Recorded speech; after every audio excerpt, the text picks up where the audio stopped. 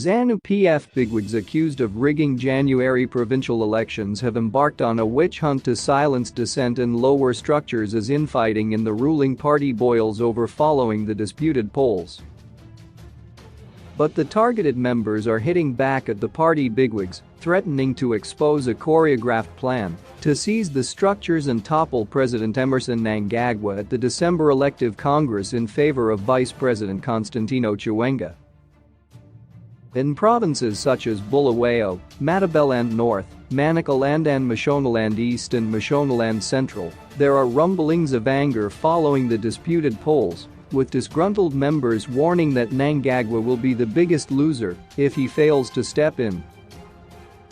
The 5 million votes that the president wants here in Matabeleland North, he won't get anything because of the provincial coordinator. He is killing the party, said a Zanu PF district official in an audio obtained by The Standard. We have done door-to-door campaigns recruiting people, but at the end you have those people removed from the register. The president is not aware that these people and top party officials in the province are removing people from the register to put their people to make it easy to remove him. In Binga, party members have expressed a desire to pass a vote of no confidence against provincial chairperson Richard Moyo on allegations that his team was involved in massive rigging in the polls. Moyo is accused of working with Zanu PF Secretary for Administration Albert Mpofu to undermine the wishes of the people. The Provincial Affairs Minister defeated Believe Ngube in the provincial polls. Ngube is said to be a loyalist of Mnangagwa, and his supporters say the provincial elections were rigged as part of the alleged plot against the Zanu PF leader. In Bulawayo, Chairperson Jabulani Sabanda is also under fire on charges of promoting factionalism since he was elected into the post weeks ago. In 2019, Sabanda, a former war veterans leader, was barred from contesting the Bulawayo chairperson's post following opposition from some officials in the province who said he was not in their structures. In Manicaland, provincial chairperson Mike Madiro is allegedly going for the kill in his witch hunt against perceived rivals, including his main challenger Albert Nyakuedzwa in the provincial polls. Nyakuedzwa, a Makoni District Coordinating Committee (DCC) chairperson, has now been summoned to appear before a disciplinary committee tomorrow charged with fueling factionalism among other charges. On January 29, Nyakuedzwa was slapped with prohibition orders alongside his suspected allies in the DCC. The letter was signed by the secretary of the Zanu PF Provincial Disciplinary Committee Ms. Mugadza. Nyakuedzwa lost narrowly to Madiro, but he has accused the latter of vote rigging. Other party members who will appear before the disciplinary hearing are Philip Gayo from Buhera North and Ganidzis Mudekini from Buhera South. Mudekini is accused of forming parallel structures in Buhera South, while Gayo is accused of challenging Willem Mutamba. Sources in Zanu PF told The Standard yesterday that Nyakuedzwa would be stripped of his powers as DCC chairperson, which will relegate him to an ordinary card-carrying member. Madiro is going for the kill. He is aware that if he silences Nyakuedzwa it will be a chilling warning to other perceived rivals in the province, said the source. Another source said there is an attempt to throw Nyakuedzwa into the political dustbin.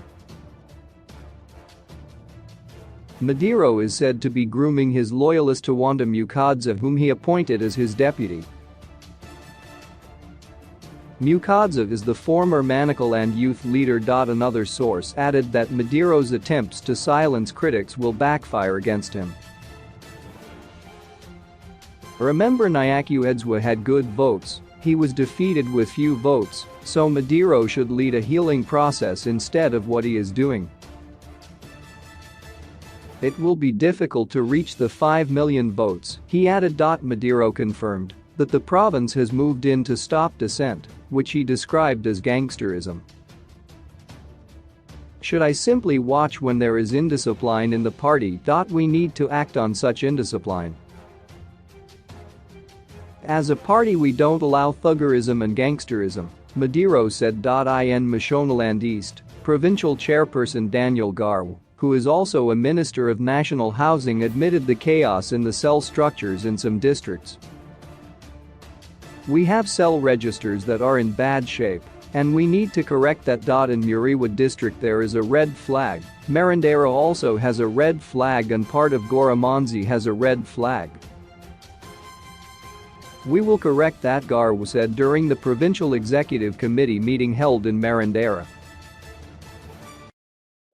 The party held its restructuring exercise from cell to provincial level. Vicious fights that erupted during the polls were linked to the alleged factions in Zanu PF linked to Mnangagwa and Chiwenga ahead of the December Congress that will elect new leadership for the ruling party.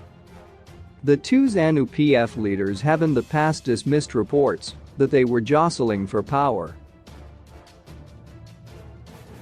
Meanwhile, Zanu PF has engaged members of the apostolic sect in Marandera to mobilize support ahead of the March 26 by-election for Marandera Central constituency. A high-powered delegation visited an apostolic shrine in Marandera that is led by Lawrence Katsiru. Zanu PF boasts of support from apostolic sect members. In his welcome address, sect leader Madzibaba Ekos Chire told the gathering that Zanu PF and the apostolic sect were inseparable. Katsiru pleaded with the delegation to ensure that youths from his church benefit from government projects. The delegation included National Housing Minister and Provincial Chairperson Daniel Garw, Youth Deputy Minister and Provincial Political Commissar Tanota Machikare, Provincial Youth League Chairperson Isaac Tasakani, and Zanu PF Marandera Central candidate Ignatius Mateviki.